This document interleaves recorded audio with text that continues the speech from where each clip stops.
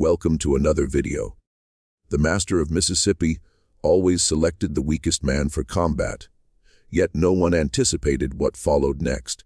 Deep in Mississippi during 1858, Master Calvin Thornwood maintained a brutal tradition. Whenever an enslaved person ceased to be productive, he summoned them for a final confrontation right in the plantation center beneath the blazing sun before the entire population. The arrangement was straightforward. Triumph and secure your liberty. Fall and perish fighting. For the master, this served as a method to eliminate those who no longer benefited him, while instilling terror throughout the rest. He would summon anyone, an elderly man, a frail young laborer, even an unwell child. His brutality became the plantation's entertainment. 23 men had confronted him. 23 men had met their end. Yet on a sticky August morning, something unusual occurred. The man Thornwood summoned that day had been behaving peculiarly for weeks, shifting more slowly, coughing increasingly, tripping in the fields. Everyone believed he was approaching death. Everyone except one individual. When the master issued his challenge, the plantation fell into complete hush. The feeble man stepped forward. No terror in his gaze, no reluctance in his stride. And at that instant, several of the elder enslaved individuals recognized something. A design they'd witnessed previously. A tactic older than the plantation itself. What unfolded next would transform everything. Yet the master remained completely unaware of what approached.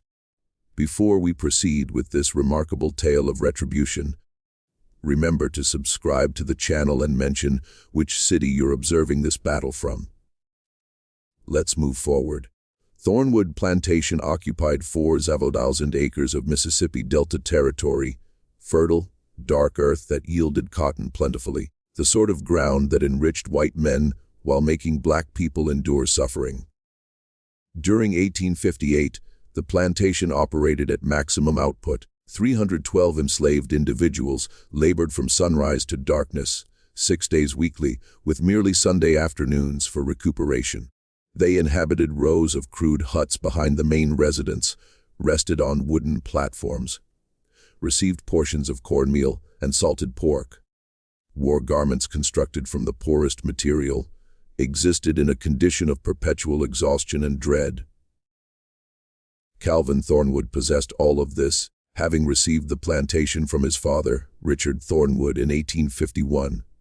Calvin was 28 years old upon becoming master, youthful, driven, and resolved to demonstrate himself even more prosperous than his father. Richard had been a conventional plantation owner. Harsh, certainly, but predictably harsh. Whipping for violations, sales splitting families, overworking until bodies collapsed. Typical control methods employed by every plantation.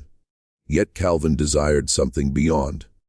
He craved absolute control, wanted his enslaved people to dread him in ways they'd never dreaded his father. He examined control techniques, perused volumes about training horses, implemented those concepts to breaking humans, devised methods of mental torment, of erratic brutality, of exhibitions meant to traumatize and horrify. And his most potent exhibition was the combats. The practice started in March 1855. An enslaved man named Abraham had reached 63 that year. His hands were twisted with arthritis. His back was permanently curved from decades of field labor. He couldn't maintain pace with the younger workers. Slowed down his harvesting group. Calvin observed him struggling for a week. Then one morning summoned him to the workyard center, declared to the gathered enslaved people that Abraham would battle him. If Abraham won, he'd gain freedom. If he lost, well, he wouldn't require freedom any longer. Abraham was petrified, understood he had no possibility against a vigorous young master. Yet what alternative existed? Decline and be whipped until death. At minimum, fighting offered him a slim chance of survival. So he fought, lifted his arthritic fists, attempted to shield himself. Calvin toyed with him for 30 seconds, allowed him to throw feeble punches that missed. Then Calvin struck back, one tremendous blow to Abraham's jaw. The elderly man collapsed, didn't rise. Calvin kicked him in the ribs, in the head, in the back. Continued kicking until Abraham ceased moving, ceased breathing, perished in the dust while 300 people observed. Calvin stood over the corpse, breathing heavily, coated in Abraham's blood, and he grinned, surveyed the horrified countenances. Anyone else wished to decelerate, desired to become worthless. This is the outcome. This awaits you. The message was unmistakable. Labor until you collapse or perish fighting. Those represented the sole choices. The neighboring plantation proprietors learned of Calvin's approach. Some disapproved. Charles Morrison, from the adjacent plantation, informed Calvin he was destroying valuable assets, that selling elderly or unwell enslaved individuals was more economical than eliminating them. Yet Calvin disagreed. Fear outweighs the sale price of a worn-out slave. One deceased man in the dirt teaches 100 others to labor harder. That increased output compensates for the loss. And he was correct. During the months following Abraham's death, productivity on Thornwood Plantation rose 12%. People worked through pain, concealed illness, pushed past their boundaries, because the alternative was the circle, was the master's fists, was death before everyone. The system functioned and Calvin kept employing it. Over 3 years, 23 men perished in that circle. Not all elderly, not all unwell. Some were simply unfortunate. Had an incident that left them somewhat handicapped. Caught a fever that weakened them. Developed a persistent cough. Anything that identified them as less than completely productive made them targets. Calvin would observe, would wait until someone couldn't conceal their weakness any longer, then summon them, make them fight, make them die. The 23 deaths possessed names, possessed histories, possessed families who grieved them. Abraham was initial, then Isaac, who'd fractured his leg and never healed correctly. Then Moses, who'd developed a lung condition. Then Samuel, whose back injury prevented him from lifting heavy loads. Then Josiah, who'd become partially sightless. One by one, month by month, the death count accumulated and the terror intensified. Yet fear also cultivates other things. Resentment, hatred, and in some individuals determination to oppose. The enslaved couldn't revolt openly. Mississippi legislation was designed to prevent that. Any assembly exceeding 5 enslaved people without white oversight was unlawful.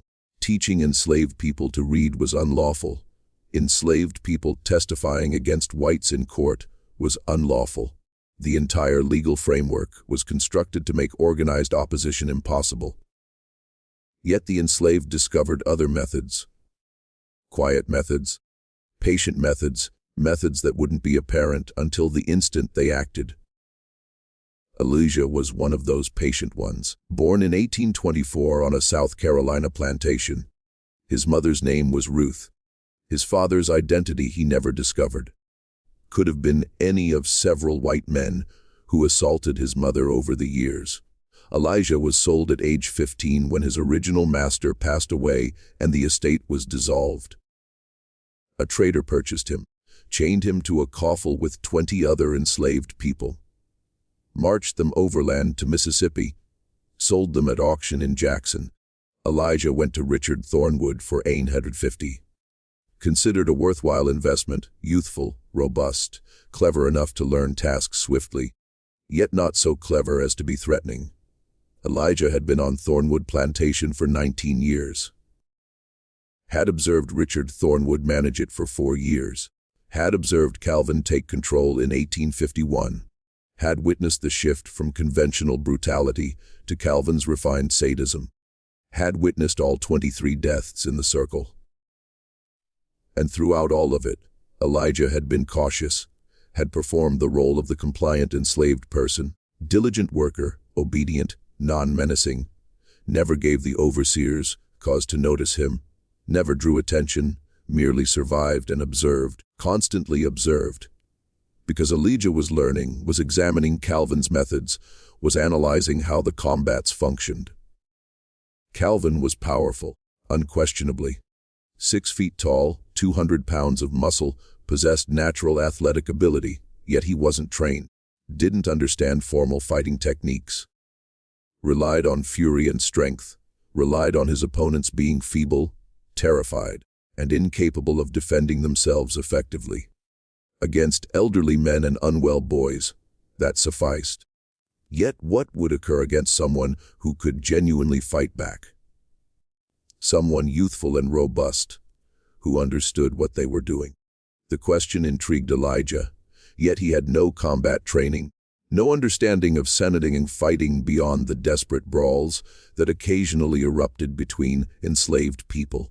No techniques that would enable him to defeat a man who outweighed him by 40 pounds. So Elijah did something quietly revolutionary. He pursued knowledge from the oldest people on the plantation, the ones who recalled Africa, the ones who'd been transported on slave vessels, the ones who carried memories of existence before captivity. There existed a woman named Sarah. She'd been on Thornwood Plantation for 43 years, had been transported from West Africa in 1815 at age 22, had endured the Middle Passage, had endured 4 decades of slavery. She was 65 years old in 1858, too elderly for demanding field labor, yet preserved because she was valuable as a midwife and healer, knew herbs and remedies, could deliver infants and treat illnesses. The plantation required her abilities, even though her body was deteriorating. Sarah also understood things the white people didn't comprehend. Combat techniques from her homeland. The Igbo people from what's now Nigeria possessed warrior traditions, understood how to battle larger opponents, understood pressure points and vulnerable areas on the human anatomy, understood how to transform an enemy's strength against them. This knowledge had no application in slavery, would only get you killed if you attempted to use it. Yet Sarah remembered, and when Elijah approached her quietly one evening, when he inquired whether she understood how to fight, she comprehended what he was planning. You desire to confront the master. She said it wasn't a query. They were isolated near the well. Nobody could overhear. Elijah nodded. I'm wary of watching people perish. Weary of living in terror. I want to do something. Even if it kills me. Want to at minimum attempt. Sarah examined him. Perceived the determination. Perceived the anger that had been accumulating for 19 years. Finally spoke. I can instruct you not everything that would require years, yet sufficient. Sufficient to potentially win a fight if your opponent doesn't anticipate resistance. Over the following months, Sarah instructed Elijah in secrecy. After dark in concealed locations, she demonstrated where to strike for maximum effect. The solar plexus to knock the breath out. The liver to cause debilitating pain. The throat to choke. The eyes to blind. The knees to she taught him how to employ leverage, how a smaller individual could throw a larger one, how to redirect force rather than oppose it directly. She taught him footwork, how to move, how to evade strikes, how to create angles. Ancient wisdom transmitted through generations, now weaponized for one desperate purpose. Yet knowledge alone wasn't sufficient. Elijah required opportunity, required Calvin to select him for the circle. Yet Calvin only selected the feeble, the obviously deteriorating. So Elijah had to appear feeble, had to persuade everyone, including Calvin, that he was declining, that he was becoming a burden, that he warranted being summoned. In June 1858, Elijah started his performance, began moving slower in the fields, would drop his cotton sack as if his hands couldn't grip correctly, would stumble over nothing, would cough frequently as if developing lung disease. Minor things initially, easy to dismiss as temporary, yet consistent. Day after day, week after week, the performance intensified. Elijah shed weight deliberately, consumed less, made himself appear gaunt, hollowed his cheeks, slumped his shoulders to seem smaller, made his movements labored, made it appear like every task demanded tremendous effort from him. The overseers observed. Marcus Kane was head overseer, a vicious man who'd held the position for 6 years. He reported to Calvin that Elijah seemed to be declining swiftly. Don't understand what's wrong with him. Possibly consumption, possibly simply worn out, yet he's becoming an issue, slowing down his entire work crew. Calvin came to observe, watched Elijah for several days, perceived the stumbling, the coughing, the apparent weakness, decided Elijah was depleted, would soon need to be eliminated, started planning the next demonstration. Yet there existed one person who perceived through Elijah's act. Sarah understood obviously because she was assisting him plan it. Yet there also existed a young woman named Grace. She was 23 years old, had been born on the plantation, was lovely despite the hardships of slavery, and she was in love with Elijah. They'd been together for 2 years, not married. Enslaved people couldn't legally wed, yet together in every meaningful way. Grace understood Elijah better than anyone, understood his genuine strength, understood his intelligence, and she realized what he was doing. She confronted him one night.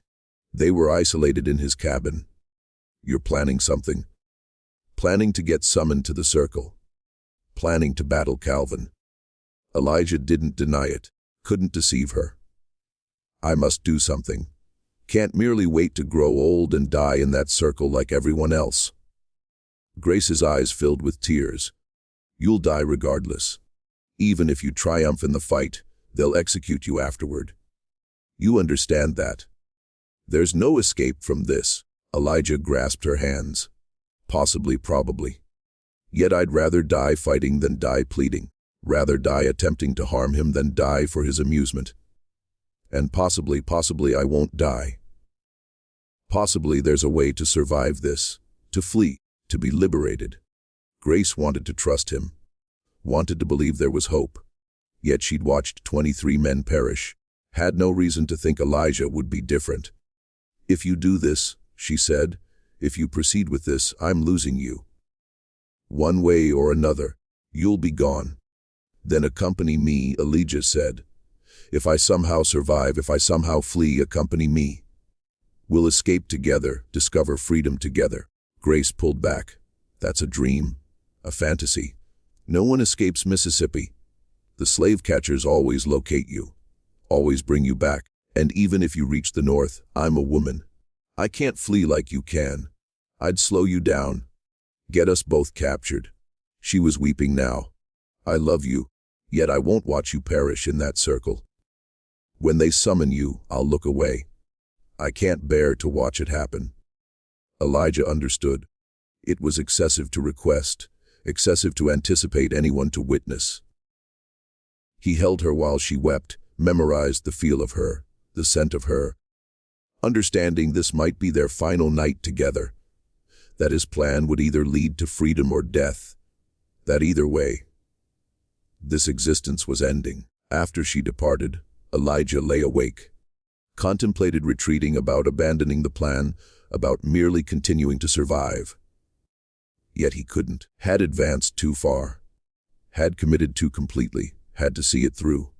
The summons came on August 15, 1858, a Monday morning, humid even at dawn. The temperature would reach 95 degrees by noon. The field enslaved people assembled in the workyard for their tasks. The overseers were organizing crews when Calvin emerged from the main house.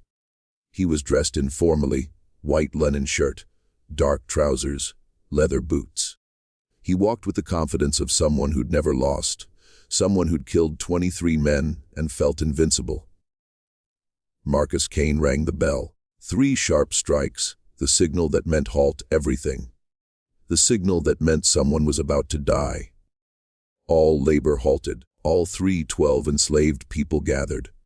They understood what was approaching, had witnessed it 23 times previously, understood every detail of the ritual, the circle marked in soil, the fight that wasn't genuinely a fight, The inevitable death. Some appeared resigned.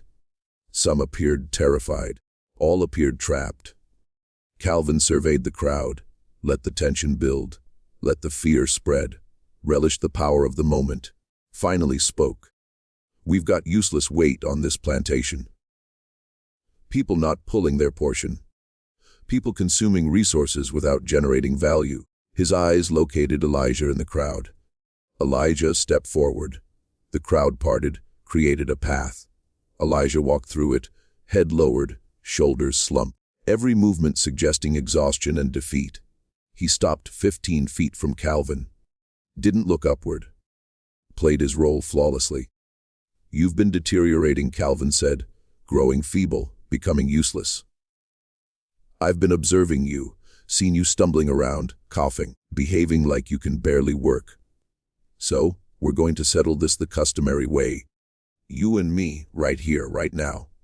Same rules as always. You triumph, you're free, you lose. He smiled. That dreadful smile the enslaved people had learned to fear.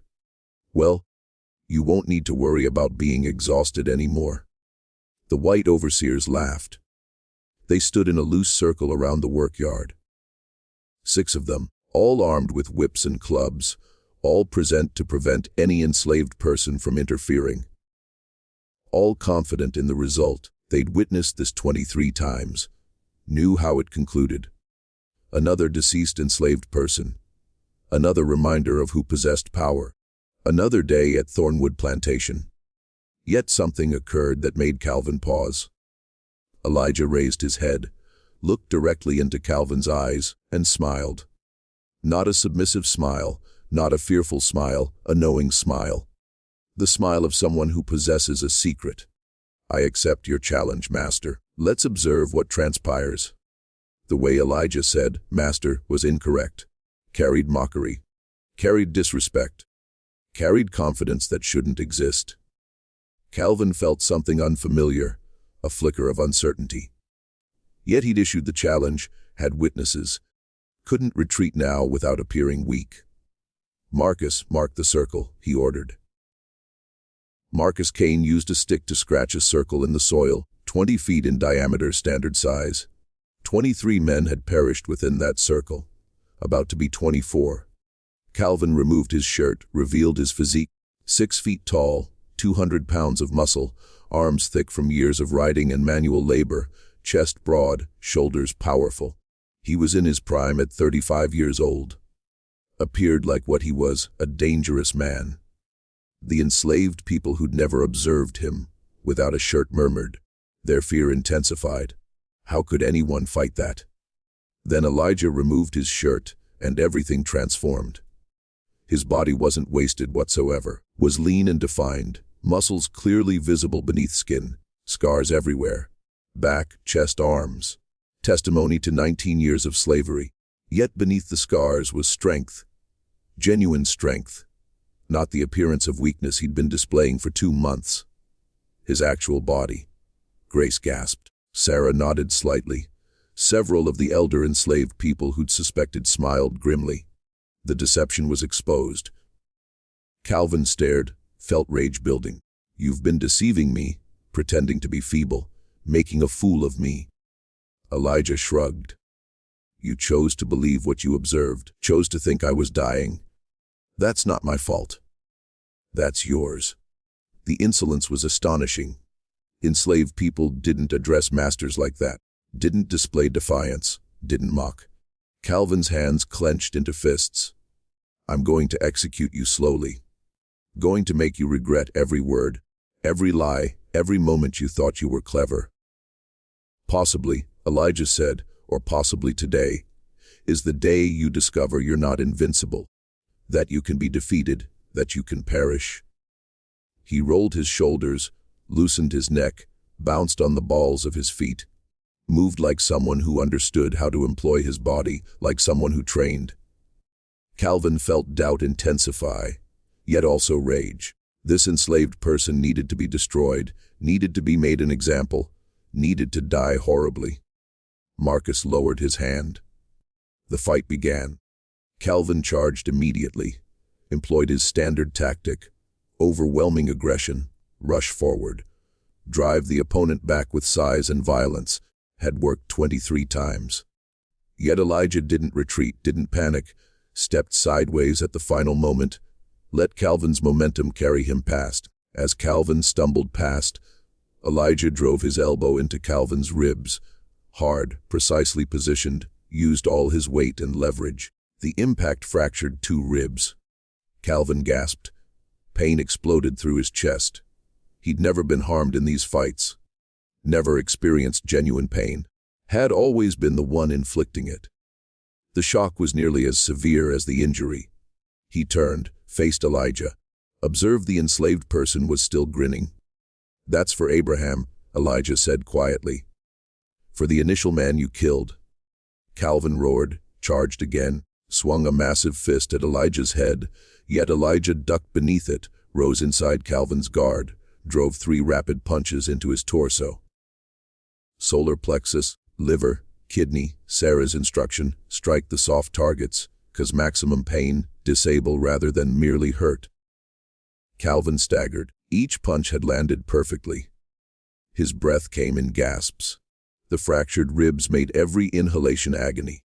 The liver shot sent nauseating pain through his abdomen. The kidney strike made his back spasm. He was harmed, seriously harmed, and the fight had barely started. The crowd of enslaved people watched in absolute silence.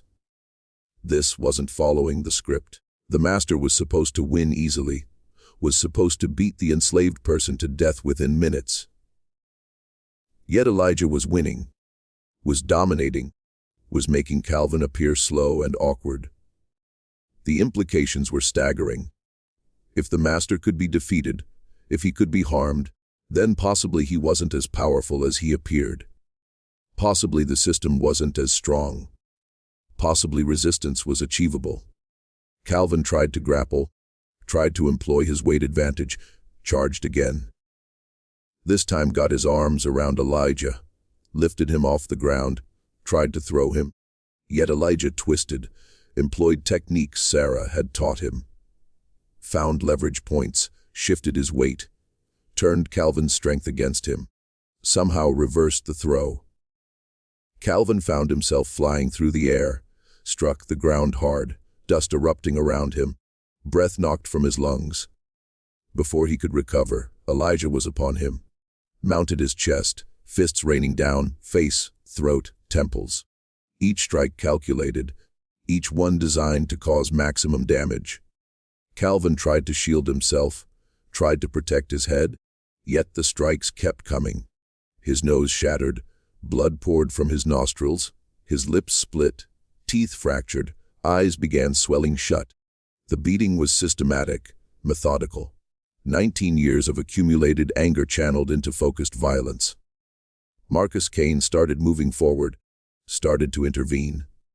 The master was losing, was being beaten severely. This couldn't be permitted to continue. Yet Sarah stepped directly into his path, an elderly woman blocking a young overseer.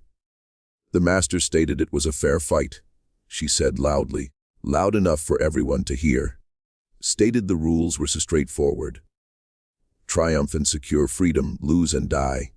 Those were his words. You interfere now. You demonstrate his word means nothing. Demonstrate he can't win his own fights. Marcus hesitated. She was correct. Calvin had made this public, had announced the rules before witnesses. If the overseers interfered, it would undermine everything. Would show that the master's promises were lies, would show he couldn't win without assistance. The other overseers looked at each other, uncertain, wanting to help, yet trapped by the rules Calvin himself had established. In the circle, the beating continued. Elijah's fists struck down repeatedly. Calvin was barely conscious. His face was destroyed, blood everywhere, bones fractured. He tried weakly to push Elijah off, yet he had no strength remaining, no leverage, no defense. He was being beaten to death before his own enslaved people, before his overseers, before everyone who was supposed to dread him. Finally, Elijah ceased, stood, looked down at Calvin, who was semi-conscious, bleeding heavily, barely breathing.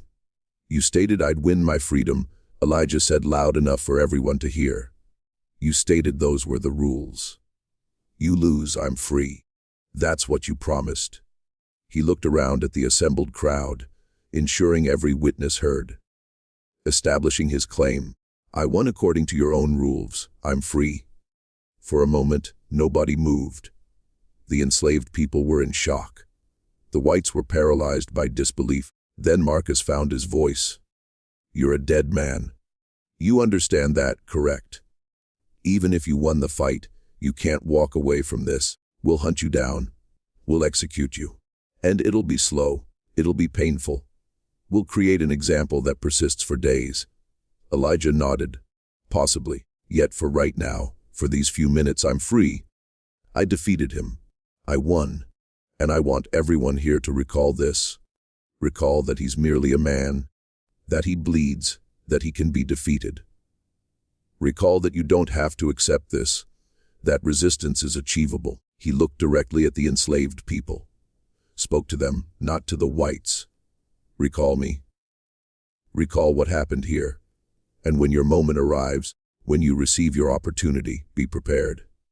Be courageous. Fight back." That's when the additional whites arrived. Plantation proprietors from neighboring properties who'd been visiting. Guests from the main house who'd been observing from the porch. Additional overseers who'd been laboring in distant fields. They came running when they heard the commotion. Came to restore order, to punish this uprising, to create an example. Within minutes, 20 white men surrounded Elijah. All armed, some with firearms, some with whips, some with clubs. 20 against 1. No chance of survival.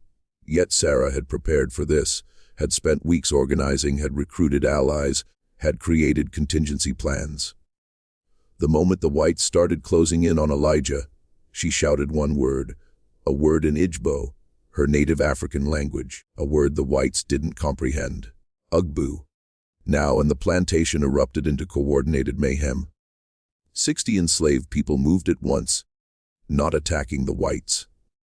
That would have been suicide, yet creating confusion, running in different directions, screaming, making noise, dropping tools with loud crashes, creating sensory overload. The whites couldn't concentrate on Elijah because they were being overwhelmed by motion and sound and confusion. Couldn't shoot into the crowd without striking each other or valuable property. Were momentarily immobilized. In that chaos, Elijah fled, sprinted toward the tree line, toward the woods, toward the slim chance of escape. The whites started firing. Gunshots cracked through the humid air. Bullets buzzed past Elijah. Most missed, yet one caught him in the left shoulder. The impact spun him, dropped him to one knee. Pain exploded through his upper body, yet he forced himself up, kept running, reached the trees, vanished into the forest. Behind him, the plantation descended into mayhem. Whites shouting orders, dogs barking, the pursuit beginning. Yet the chaos bought Elijah valuable time. By the time the whites organized a chase, by the time they prepared the dogs, Elijah had a 15-minute advantage. And he'd prepared for this. Had spent weeks planning escape routes. Had marked trees with subtle signs only he would identify. Had concealed supplies along potential paths. Had created false trails. Had done everything possible to maximize his survival chances. The bullet wound in his shoulder was severe yet not fatal. The round had passed through the muscle without striking bone or major blood vessels. It hurt terribly, bled heavily, would probably become infected, yet it wouldn't halt him immediately. He ran for an hour, placed distance between himself and the plantation, then stopped at a hidden cache, pulled out supplies he'd buried weeks earlier. Cloth for bandaging, a knife, dried food. A canteen of water worked swiftly to bind his wound, halted the bleeding, then kept moving. The following 3 days were a blur of pain and determination. Elijah moved mostly at night, rested in concealed places during daylight. followed streams to mask his scent from the dogs, avoided roads and settlements, survived on the supplies he'd cached and on foraged food. The wound in his shoulder became infected on the second day. Fever set in. His body shook with chills, despite the August heat, yet he kept moving north. Always north, following the North Star, following the path to freedom. Behind him, Thornwood Plantation was in turmoil. Calvin survived the beating, yet barely. Spent 2 weeks in bed. Doctor from town stated he'd live, yet would never be unchanged. Broken bones, healed incorrectly, face permanently disfigured, lost his right eye, suffered constant pain from his injuries. Yet worse than the physical damage was the psychological wound. He'd been beaten publicly by an enslaved person. Everyone had witnessed his mystique was shattered, his authority destroyed. He was merely a man who could bleed and lose and be humiliated. The other plantation proprietors were horrified. Not by Calvin's methods. Most approved of those, yet by his failure. He'd displayed weakness, had permitted an enslaved person to defeat him, had created a dangerous precedent. The story spread swiftly. Within days, every enslaved person in the county knew about Elijah defeating Master Thornwood. The story gave them hope, gave them ideas, gave them belief that resistance was achievable. The plantation proprietors understood this was dangerous, tried to suppress the story, claimed Elijah had cheated somehow, claimed Calvin had been unwell, made excuses. Yet the enslaved people knew the truth, had witnessed it, and couldn't be persuaded otherwise. Calvin sent slave catchers after Elijah, professional bounty hunters who specialized in tracking runaways, offered a $100,000 reward, an enormous sum, sufficient to motivate hunters from multiple states. They searched for weeks, found indications of Elijah's passage, blood on leaves from his wounded shoulder, footprints in mud, evidence he'd camped in certain locations, yet they never captured him, never even approached, because Elijah had assistants. The Underground Railroad, the secret network that aided escaped enslaved people reach free states. Conductors had been observing Thornwood Plantation, had heard about Calvin's brutality, had been seeking ways to assist. When they learned about Elijah's escape, about his courageous fight, they mobilized resources, located him in Tennessee. He was barely alive. Infection had nearly killed him. Body wasted from fever and lack of nourishment. Yet he'd made it out of Mississippi, was within reach of freedom. The conductors concealed Elijah in a root cellar for 2 weeks, treated his infected wound, fed him, let him regain strength, then moved him along the network from Tennessee to Kentucky, from Kentucky to Ohio. Each leg of the journey risky, each border crossing dangerous. Yet the conductors were experienced, had moved hundreds of escaped enslaved people, knew the routes, knew the safe houses, knew how to avoid slave catchers. In October 1858, Elijah crossed into Ohio, collapsed in the home of a Quaker family named Miller, was delirious with fever. The Millers nursed him back to health. Took weeks, yet slowly Elijah recovered. His shoulder healed, his strength returned, and for the initial time in his existence, he was free. Actually legally free, standing on free soil. No longer property, a human being with rights, yet freedom came with grief. Elijah had left people behind. Grace, the woman he loved. Sarah, who taught him how to fight. The 60 enslaved people who'd created mayhem to aid his escape. He learned subsequently that Sarah had been whipped nearly to death as punishment for her role, that 3 other enslaved people had been sold south, that Grace had been sold to a plantation in Alabama, all because they'd aided him. The guilt was overwhelming. He'd won his freedom at the cost of their suffering. Elijah attempted to return for them, attempted to organize a rescue, contacted abolitionists, offered to guide a raid, yet they refused. Too dangerous, too likely to fail, too likely to get everyone killed, told him the optimal thing he could do was survive, construct a life, demonstrate that escape was achievable, be a symbol of hope. It wasn't the answer he desired, yet it was the sole realistic one.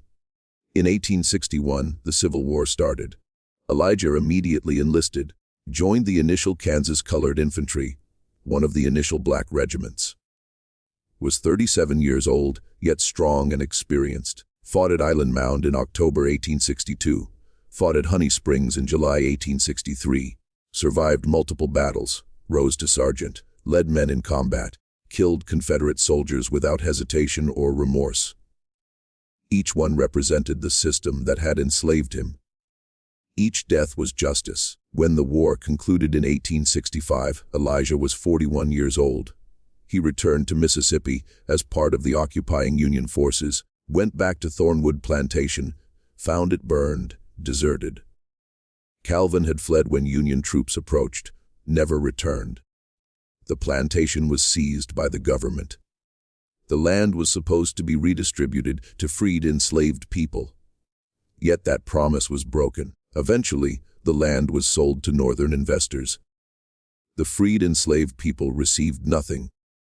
Elijah located Sarah still present. She'd survived the war, was 72 years old, free, yet with nowhere to go, no resources, no support.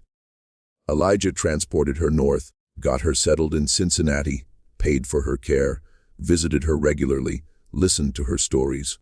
She lived 3 additional years, died in 1868. Her final words to Elijah were, "You made it count. You made my sacrifice worthwhile. Thank you." Elijah attempted to locate Grace, learned she'd been sold multiple times. Last known location was a plantation near Mobile, Alabama. Yet by the time he traced her there in 1866, she was gone, dead from cholera in 1864. Never knew that slavery ended. Never knew that Elijah had survived. Never got to experience freedom. The loss devastated Elijah. He'd hoped to locate her, to reunite, to construct a life together. Yet that dream perished with her. Elijah settled in Ohio, married a woman named Rebecca in 1867. She was a former enslaved person from Kentucky, understood his pain, his nightmares, his survivor's guilt. They constructed a life together, had 7 children, worked hard, purchased land, farmed, raised their children in freedom, taught them to read and write, sent them to school, gave them opportunities he'd never possessed. Yet Elijah never forgot August 15, 1858. Never forgot the fight. Never forgot the people who'd aided him. He told the story frequently to his children, to his grandchildren, to anyone who would listen, ensured it was documented, ensured it was preserved. The story of the day an enslaved person defeated his master in single combat. The day the impossible occurred. The day one man's courage inspired hundreds. Elijah lived until 1903, died at age 79, had 14 grandchildren by then, 23 great-grandchildren, all free, all educated, all aware of what their grandfather had accomplished. His funeral was attended by over 200 people, black and white. Veterans who'd served with him, abolitionists who'd aided his escape, family who loved him, friends who respected him. They buried him in a cemetery outside Cincinnati. His gravestone read, Elijah Freeman, born into bondage, 1824, died in freedom, 1903. He fought back. The story of Elijah and Calvin spread through multiple communities. The black community preserved it carefully, passed it down through generations, told it as proof that masters could be defeated, that the system could be opposed, that courage mattered. The story was embellished over time. Some versions stated Elijah killed Calvin. Some stated he freed all the enslaved people on the plantation. Some stated he was 7 feet tall and killed 10 men with his bare hands. Exaggerations, yet all based on the core truth that an enslaved person had defeated his master and escaped to freedom. White historians attempted to suppress the story, claimed it never occurred, claimed there was no documentation, claimed it was a myth created to inspire slave rebellions, yet excessive evidence existed. Court records demonstrated Calvin Thornwood owned a plantation in Mississippi. Census records demonstrated he owned enslaved people. Newspaper articles from 1858 mentioned an incident at Thornwood Plantation involving an escaped enslaved person. Veteran records demonstrated a man named Elijah Freeman served in the initial Kansas Colored Infantry. The pieces could be assembled, the truth could be discovered if you examined. In 2010, a coalition of local historians and civil rights activists successfully lobbied for a historical marker. It was placed on County Road 12 where Thornwood Plantation once stood. The land is farmland now. Soybeans and corn where cotton once grew, yet the marker acknowledges what occurred.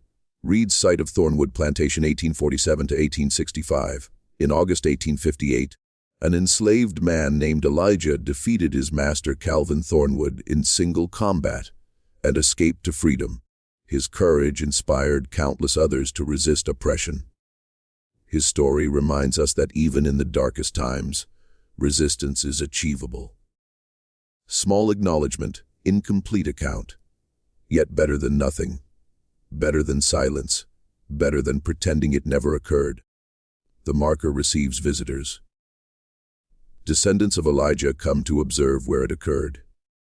Civil rights groups bring students to learn the story. People leave flowers and stones, small tributes to a man who refused to accept his destiny. Who fought back? Who triumphed? What do you think of Elijah's story? Was his violence justified? Should he have fled instead of fighting? Should Sarah and the others have aided him knowing the consequences? Should he feel guilty about the suffering his escape caused others? These questions lack simple answers. Violence and resistance to oppression is morally complex. Aiding someone escape when it brings punishment upon yourself requires extraordinary courage. Surviving when others don't creates burden of guilt.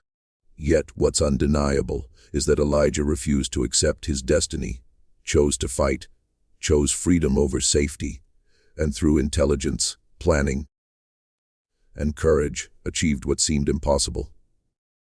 His story matters because it counters the myth of the passive enslaved person.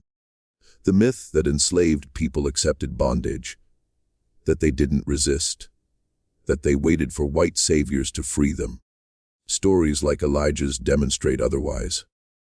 Demonstrate that resistance was constant, that people fought back in every way possible, that they were strategic, brave, and dangerous when given opportunity. The system of slavery required overwhelming violence to maintain, because the people being enslaved never ceased fighting it. If you found this story powerful, subscribe to the channel. Share it with people who need to understand that resistance is always achievable, that courage matters, that ordinary people can achieve extraordinary things, that systems of oppression aren't permanent, that the feeble aren't always feeble and the strong aren't always strong. Until next time, remember, history is full of moments when someone refused to accept injustice, when someone stood up despite overwhelming odds, when someone fought back and triumphed. Be that person when your moment arrives. Until next video.